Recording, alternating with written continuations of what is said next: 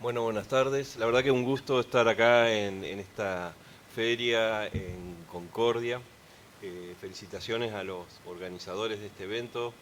Siempre es una fiesta que surjan este tipo de ferias donde el principal objetivo sea la circulación de los libros y el poder llegar los autores a sus lectores. Por eso es tan interesante y tan importante esta propuesta.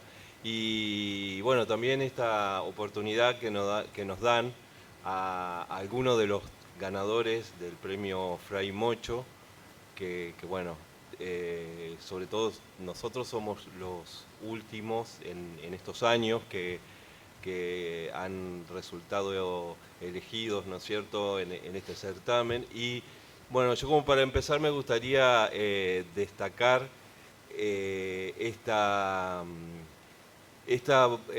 buena oportunidad que tenemos en la provincia de Entre Ríos de promocionar a los escritores a través de este premio que está instituido por ley provincial, y que se viene otorgando desde hace muchos años. Comenzó la década del 70 y se consolidó en la década del 80 cuando fue instaurado a través de una ley de la legislatura provincial.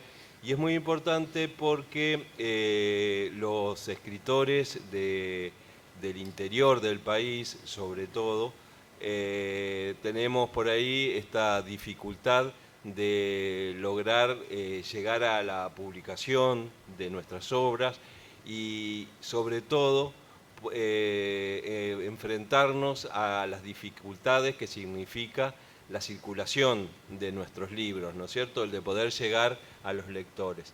En mi caso, bueno, como se decía acá en la presentación, el premio fue en la categoría cuento en el año 2018. Este libro, bueno, son 9 textos, 9 cuentos, el libro lleva por título uno de los cuentos, que es El baile de las vizcachas. Y bueno, como para contar el proceso de escritura y de llegada, de conformación de esta obra, fue un proceso muy largo, porque puedo decir que fue durante casi toda mi vida. Son 9 cuentos, como decía, pero que fueron escritos durante diferentes etapas y diferentes momentos de mi vida. Yo creo que debe haber como una relación de 30 años más o menos entre algunos textos, los más antiguos y los más recientes. Y por eso también la temática y el estilo son bastante diferentes entre sí. Hay algunos, o me parece que son un poco más, la mayoría, que tienen que ver con el género fantástico, pero también hay cuentos de otro tipo. Eh, y yo lo veo como por ahí como un recorrido en mi historia personal y en las distintas etapas que atravesé durante mi vida, en diferentes circunstancias, en diferentes momentos, en diferentes lugares. Yo soy de un pueblo del interior de la provincia que se llama Gobernador Mansilla, que está en el departamento Tala, y bueno, como muchos de los habitantes de los pueblos pequeños de nuestra provincia, llegada a cierta edad tuve que emigrar, ir a la ciudad de Paraná por cuestiones de estudio, y ya donde quedé radicado después definitivamente.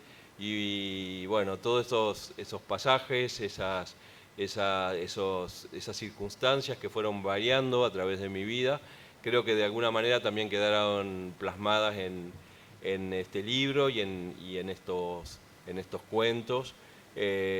También lo veo como a los textos, y de ahí viene también un poco las diferencias que hay entre ellos en relación a no solo a las vivencias, como decía recién, sino también a las lecturas que iba frecuentando, a los autores que iba conociendo y que de alguna manera iban influyendo e iban conformando mi forma, no solo mi forma de escribir, sino también mi forma de vivir y de sentir y de ver las cosas y de ver el mundo.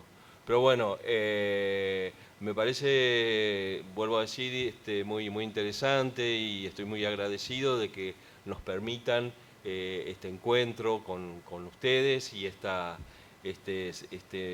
encuentro con los lectores en esta feria, porque es una oportunidad que no siempre tenemos, ni tan frecuentemente tenemos, de poder charlar, de poder encontrarnos entre nosotros, entre los escritores, pero también con los lectores. Esto es un oficio, el de escritor, que es bastante solitario, es bastante aislado. Por ahí nos cuesta un poco, bueno, comunicarnos, encontrarnos, así que todas estas ocasiones y estas situaciones son siempre bienvenidas. Pero bueno, le doy la palabra también acá a mis compañeros, que también nos cuenten un poco sus experiencias con respecto a lo que ellos han escrito. Bueno, muchas gracias, Fabián. Qué fuerte se escucha. Voy a cantar. Igual muy contento por estar acá, por esta oportunidad. Gracias a Estela y a Jorge que me invitaron. Pienso que esta feria realmente sirve para eso, para primero encontrarnos con los lectores y también con los escritores, porque lamentablemente la literatura del interior tiene muy poca difusión. Quizás el premio Fray Mocho sirva para darnos a conocer, pero también es verdad que los libros no salen de la provincia y tiene cierta trascendencia en los medios, pero que luego se va como apagando. Y entonces esta feria nos pone en contacto con los lectores, y eso siempre se agradece y se celebra. Esta novela que ganó el premio Fray Mocho, yo la escribí en 3 días. En 3 días escribí la mitad de la novela. Era como si tenía como una frase del comienzo de la novela que la voy a leer, que como empieza, que dice: el fiero les partió la oreja de un bolazo. Tenía como esa frase dando vueltas y me puse a escribir, y en 3 días había escrito casi la mitad de la novela, porque es una novela que tiene mucho diálogo, digamos, y tenía esas voces de los personajes muy presentes, que son voces que provienen de los trabajadores de la construcción. Yo trabajo en la construcción, entonces tenía esta voz como muy presente, y fue fácil escribir hasta la mitad de la novela. El tema es que no sabía dónde iba a parar la novela, o sea, tenía los diálogos, tenía toda esa escena que están ahí esperando, pero no sabía por qué estaban esperando en el campo. Me olvidé de contar de qué se trata la novela, o sea, no van a entender nada. La novela se trata de un grupo de hombres que están en el campo, que trabajan durante la semana, y el fin de semana el patrón los va a buscar y los devuelve a sus hogares. Entonces llega el día viernes y el patrón no aparece, y llega el sábado y no aparece, y el domingo, y bueno, así sucesivamente van pasando los días y el patrón no aparece y estas personas están ahí esperando. Esa es la trama de la novela.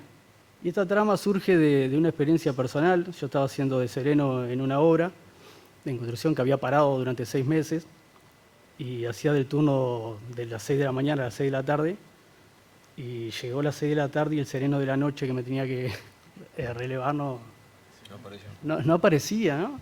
No aparecía, pasó 1 hora, 2, 3, y yo lo llamaba y no había forma de comunicarme, porque la empresa estaba de paro, y tampoco me podía comunicar con nadie de ellos. Entonces yo ahí empecé a fantasear que si ese tipo no aparecía, yo me iba a tener que quedar ahí de manera indefinida, porque había muchas herramientas valiosas y no me quería ir, por miedo a que me echen y también por miedo de que pase algo. Entonces cuando yo conté la mitad de la novela, toda esta escena que ellos estaban ahí esperando, dije, el bolazo que le dice el fiero es que el patrón va a venir a buscarlo y no va a aparecer. Entonces ahí ya teniendo la estructura de la novela, se hizo como más fácil llevarla, digamos. Una vez que uno tiene... Quizás lo más difícil en la narrativa es encontrar la estructura. Una vez que uno tiene la estructura, después puede ir completando para llegar a desarrollar una historia. Entonces, lo difícil fue encontrar la voz narrativa, porque yo quería que la voz narrativa de la novela sea similar a la de los personajes. Los personajes se manejan con mucha violencia a la hora de hablar, entre ellos siempre se están haciendo chistes de doble sentido, y eso genera como una velocidad, un ritmo que tiene la novela, que también lo tenía que mantener en la voz narrativa, digamos. Entonces fue toda una búsqueda ahí de la voz narrativa, me llevó bastante tiempo, hasta que logré dar con esa voz que buscaba y ya ahí ya fluyó la novela, digamos. No sé qué más decir. Voy a leer un poquito. Hay una cuestión que conserva mucho o refleja mucho el habla el habla entrerriana, ¿no? Eso a mí, yo leí la novela, tuve la oportunidad y me gustó muchísimo y la recomiendo. Y veo eso y me parece que tiene que haber sido una gran dificultad para vos también como escritor sostener eso. Las voces no tanto porque por este tema de estar en contacto con gente que habla así, digamos, yo mismo hablo así como aparece en la novela. Estos personajes, como decía, siempre recurren al chiste de doble sentido, son violentos, pero son violentos y recurren al chiste de doble sentido cuando están en grupo. Claro. De manera individual, los que trabajamos en construcción somos bastante educados, ¿no? Pero cuando estamos con el grupo de amigos, digamos, bueno, surgen malas palabras y todas esas cosas. Entonces, esa voz narrativa no fue muy difícil encontrarla. Además, me surgía ahí el planteo de que estos tipos que están solos en el campo, yo me preguntaba, ¿quién manda cuando no está el patrón? ¿No? Porque son obreros que cuando está el patrón todos obedecen a una persona, digamos. Pero al estar solo, ¿quién es el que manda? ¿Quién es el que va a llevar adelante al grupo, digamos? Entonces llegué a la conclusión de que, como ocurre en una obra en construcción, el que lleva adelante el grupo cuando no está el patrón es el más vivo. Y el más vivo el que más chistes se sabe. Es así. El que nunca pisa el palito en el chiste de doble sentido, ese es el más vivo. Y entonces la novela esto refleja un poco eso. Hay personas que la han leído y se han sentido capaz un poco molesta por el lenguaje, por la forma de hablar de los personajes, pero a mí me llama la atención que le haya hecho ruido eso y no la historia en sí de estas personas que están trabajando en negro, claro, en condiciones lamentables y abandonados, en una necesidad total. Pues también habla de eso. También habla de eso la novela. Así que es curioso eso. Un amigo me dijo que a mí me gustó esa frase. Decía que a la gente le gusta una novela de trabajadores, pero no le gusta que esos trabajadores hablen. O sea, cuando los trabajadores hablan, claro, no, el trabajador tiene que estar trabajando, no divirtiéndose. Claro. Y me pareció muy interesante esa lectura que hizo él. Voy a leer un fragmento de la novela que no tiene diálogos, no podemos hacer todos los diálogos porque es muy difícil leer diálogos. Hay que sacar ciertos dotes actorales que yo no los tengo. A ver si no encuentro. Tenemos algo por acá.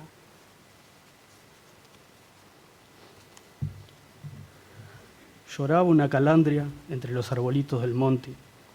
¿Habrá perdido los pichones o es la muerte quien la toca? El cuerpo yacía sobre la tierra pelada de tanta ronda de fuego y mate.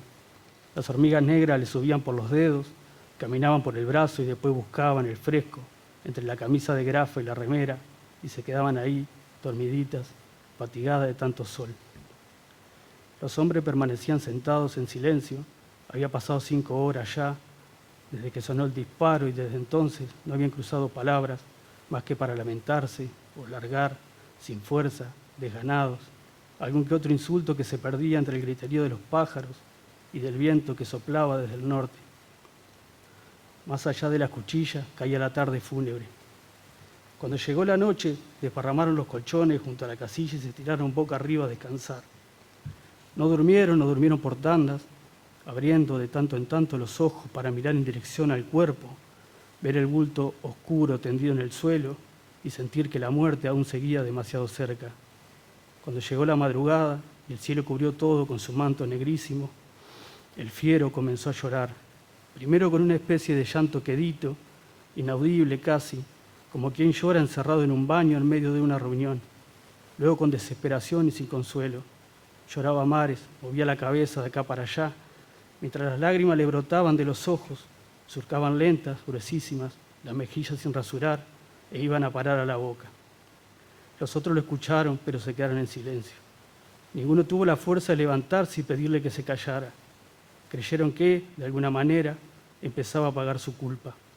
Y estuvo así, llorando, hasta que comenzó a clarear en el horizonte y el campo se llenó otra vez de ruidos. Muchas gracias. Me encantó. Me hizo acordar bueno, yo vengo del mundo de la pintura, soy artista plástico, además, y me hiciste acordar lo que decía tu amigo, ¿no? Que por ahí a algunas personas les gustan las novelas o las historias de trabajadores, pero que los trabajadores no hablen. Un análisis parecido hacia Vicente Cito Lema cuando analizaba la pintura de Van Gogh, Los comedores de patatas, no sé si la tienen presente. Él dice que es la primer pintura donde se muestra a los pobres realmente como son, destruidos por la pobreza, y pone en contrapunto al Ángelus de Millet, que donde se lo muestra romantizado a los pobres, sin voz, no hablan, están ahí en silencio rezando, son pobres que no molestan, ¿no? Hasta que irrumpe Van Gogh con su nueva visión humana y esa cosa tan cruda, ¿no? Me hizo acordar a eso. Bueno, yo soy Ramiro Salinas, como les decía, vengo, además de la escritura, mi campo de vida es la pintura, básicamente. Soy pintor, trabajo en el mundo de la docencia, como casi todos los artistas. Y estaba escuchando aquí a los compañeros hablar del Fray Mocho. El Fray Mocho en mi vida yo lo vengo siguiendo desde los 20 años, que cuando fue la primera vez que tuve información que existía, tengo 50, y siempre me pareció un escalar el Everest, llegar al Fray Mocho. Inmediatamente idealizo las cosas, ¿no? Este ensayo que obtiene el premio, lo empecé a escribir en pandemia, en el 20, obtiene el premio el año pasado, y realmente el envío al concurso fue porque lo tenía terminado y porque alguien que había estado asesorándome en algunas cuestiones técnicas de la escritura me dijo que realmente tenía un cierto valor literario, que estaba muy adjetivado, entonces se podía pensar en otro público, y así nomás me mandé, ¿no? Así que la sorpresa para mí fue tremenda cuando me llaman Ferni Cosía, que es el director de la editorial de Entre Ríos, contándome que Arqueología del Devenir Colectivo, que es un ensayo sobre la pintura de una artista entrerriana, Luchi Colot, había obtenido el premio Fray Mocho. No lo podía creer. Es un premio que yo quiero mucho y defiendo mucho siempre, más allá de los avatares que podamos pasar los escritores a la hora de que se ejecute realmente la ley que habla de la impresión de los libros, de la cantidad, de la calidad, de los tiempos. Los tres estábamos charlando antes de comenzar que hay que pelear bastante con la editorial y con la Secretaría de Cultura de la provincia para que se cumplan los plazos. Así todo es realmente un premio fantástico que Entre Ríos afortunadamente lo tiene, y es un lugar muy visible para que alguien como yo, por ejemplo, que vengo desde Victoria, un lugar donde hay muy poco trabajo literario, de repente el libro aparezca por un tiempo, aparezca en las primeras planas del pequeño mundo de la literatura entrerriana, ¿no? Y ahí uno tiene que aprovechar y meterle fuego a lo que uno hace, a su trabajo. Yo muy agradecido por estar acá, vinimos desde Victoria con mi familia, le comentaba que a los compañeros, uno de los trabajos que por ahí los escritores hacemos es acompañar el libro a donde se nos invite, a donde se lo invite al libro, porque después queda solo. Después uno sigue con otras cosas, con otras actividades, y el libro queda solo, ¿no? Siguiendo su derrotero. Así que hasta donde uno pueda acompañarlo, lo acompaña. Y estos encuentros son fantásticos. Conozco a estos tremendos escritores, su reputación los precede. Los admiro muchísimo, no nos conocíamos personalmente, así que esto también genera unos encuentros increíbles entre los escritores. Arqueología del devenir colectivo es un ensayo crítico, un estudio semiótico, visual sobre la obra, les contaba, de una enorme pintora entrerriana que es Luchi Colot. Luchi Colot tiene en este momento unos 70 años, vive en Rosario, prácticamente ha abandonado su carrera como pintora por problemas de salud. Y es una obra que yo conozco desde que comencé a estudiar arte, ¿no? En Victoria, y viajaba frecuentemente a Paraná, al Museo de Bellas Artes, y allí me encontraba con su obra muy impactante, muy imponente en sus formatos, casi muralísticos, y permanentemente me acompañó durante todos mis años como pintor, hasta que en un momento, charlando con unos amigos que estábamos estudiando, yo le manifestaba por ahí el poco estudio realmente que hay sobre los artistas entrerrianos, estudios más profundos, ¿no? Los conocemos, sabemos quiénes son, existen algunos catálogos, uno los puede archivar y ahí hay algo de su obra, pero después no hay estudios realmente profundos sobre la producción artística de algunos de estos grandes maestros. Y así como fue que surgió la idea de empezar a ver desde otro lugar la pintura de Luchi, y atraído principalmente por un análisis que ella hace de un problema contemporáneo que son las migraciones humanas, ¿no? Trasladarse de los seres humanos en este mundo contemporáneo, posmoderno, donde la imposibilidad de millones de personas de poder construir vidas en lugares seguros, anclados, creando tradición, creando rituales permanentes, es a veces imposible.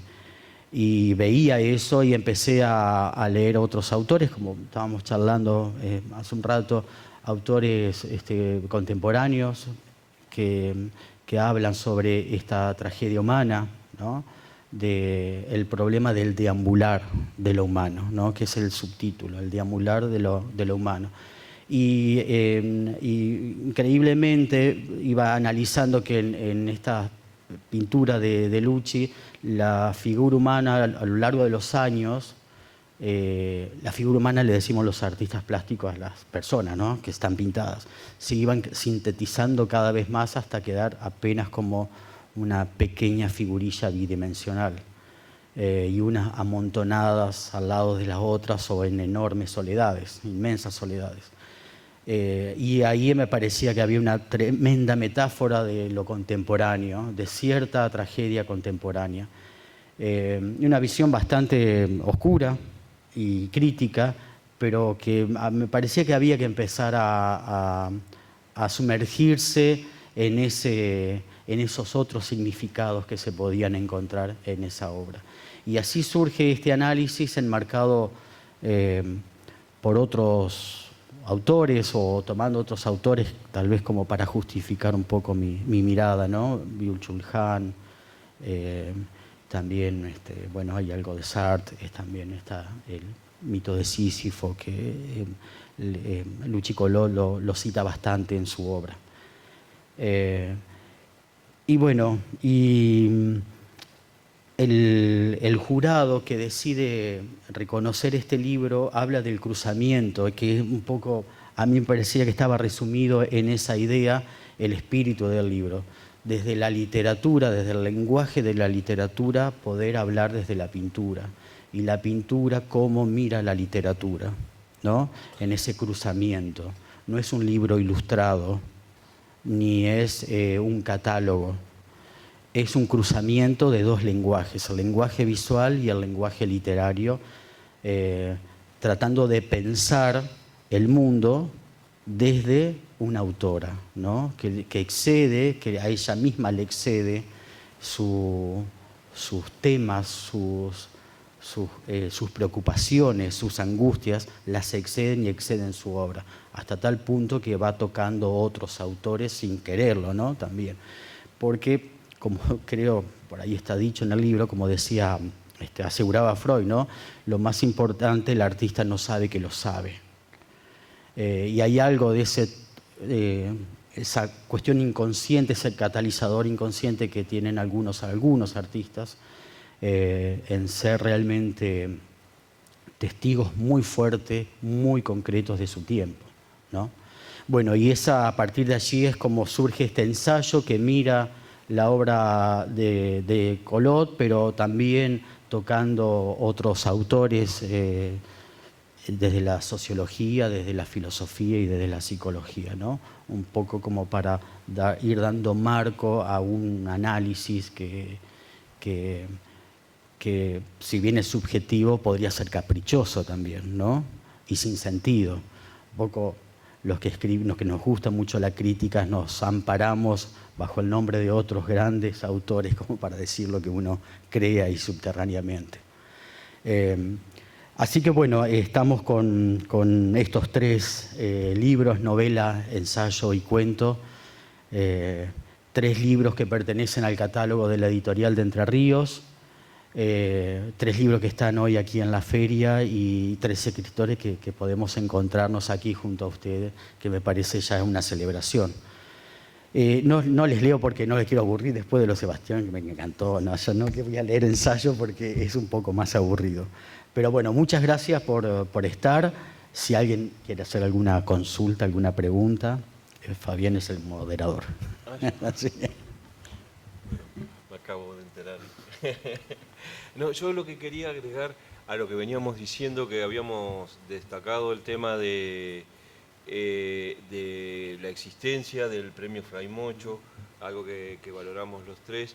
Yo hay algo que vengo pensando hace tiempo también, es que la permanencia de este premio se debe a que esté constituido a través de una ley provincial, y de no ser así, no sé si hubiese continuado, porque a lo largo de muchas gestiones de gobierno, desde hace muchos años, se viene dando que los ganadores del premio tenemos muchísimas dificultades para poder lograr de que los libros sean impresos, ¿no es cierto?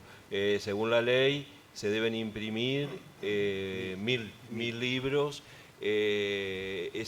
Para llegar a ese número pasa muchísimo tiempo, cada uno de nosotros tiene una experiencia. Sí, como decía hoy, el tema de los cuentos que componen el libro son bastante diversos, diferentes. Es más, yo por ahí, cuando mandé los textos al concurso, tenía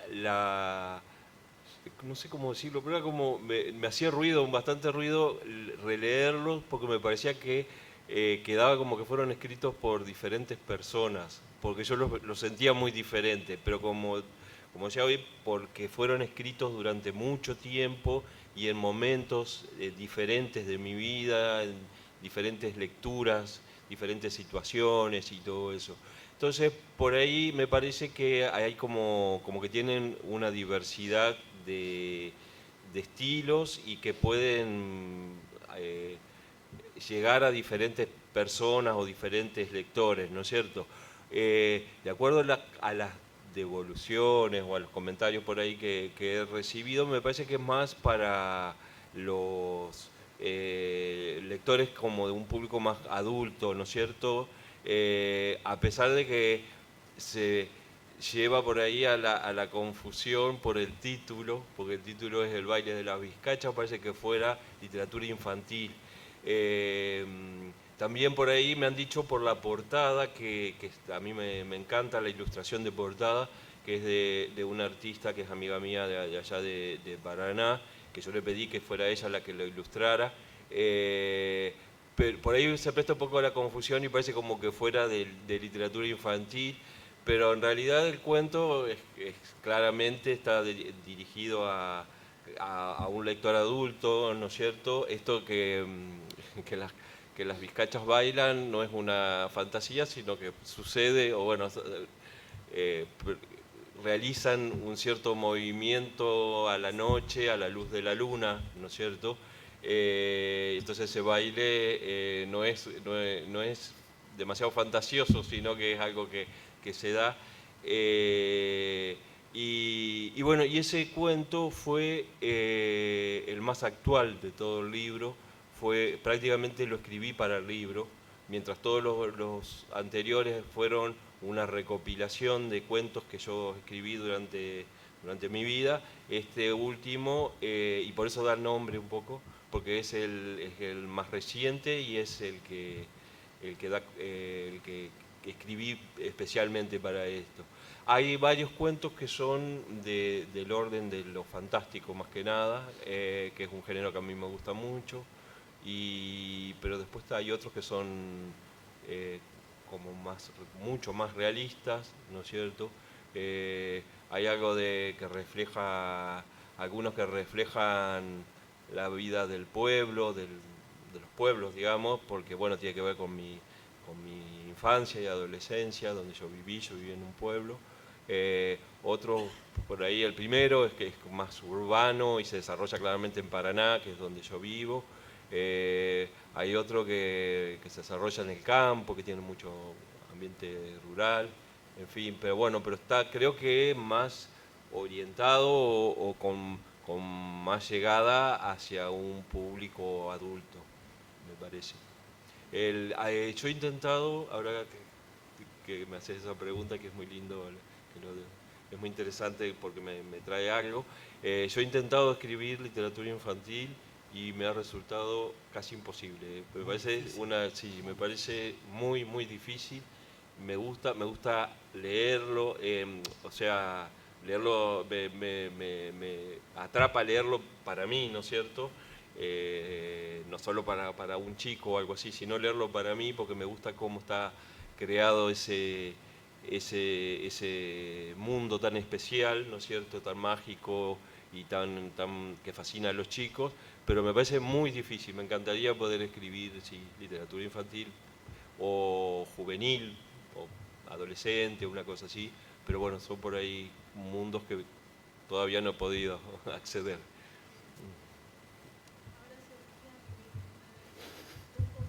Sí, sí. Estaba yendo.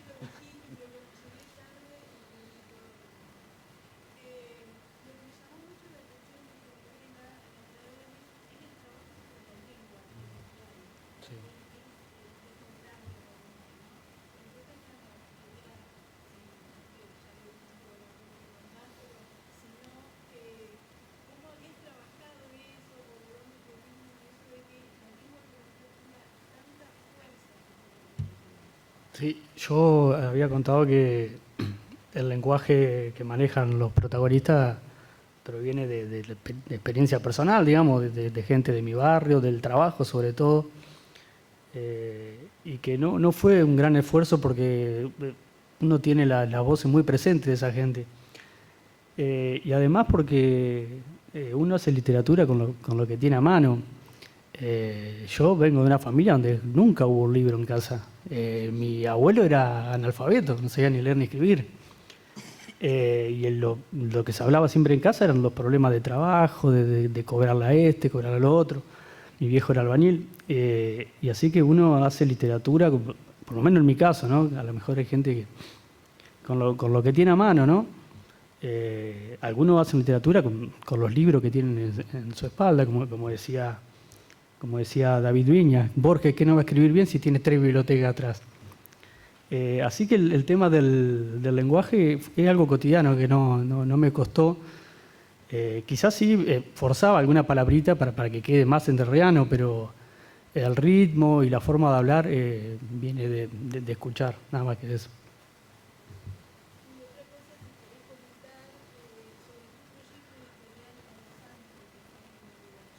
Sí, tenemos una editorial con Carla, que se llama Editorial Palo Santo, que es una editorial que hace libros artesanales. Los libros son hechos a mano. Hacemos tiradas de 50, 100. Y un trabajo muy lindo, estamos muy contentos. Cuesta mucho sostenerlo por el tema de los precios que te aumenta de una semana para la otra. Pero estamos muy contentos. Por ahora estamos publicando autores locales de ahí de la ciudad. Pero tenemos pensado abrirlo para la región. Pero por ahora ahí y vamos de a poquito, digamos, por este tema de los costos. Hemos publicado poesía generalmente por el formato, que es pequeño. Los libros son, ¿no? Después lo voy a mostrar, son verticales, porque habíamos llegado a la conclusión con Carla que la poesía es vertical, porque debe responder al formato cuadrado del libro de la prosa. Entonces tiene un formato que se llama colección vertical, que hicimos algunos libros de esa forma, otros no, porque los autores tienen una idea de tapa que bueno, que no encaja en eso y bueno, hay que respetar también al autor. Sobre todo cuando hay una primera publicación, uno tiene que respetar lo que el autor... Este es el formato que manejamos. Y tenemos narrativa, una novelita de Pamela de Batista, también premio Fray Mocho. Y por ahora estamos manejando, sí, novela breve y poesía.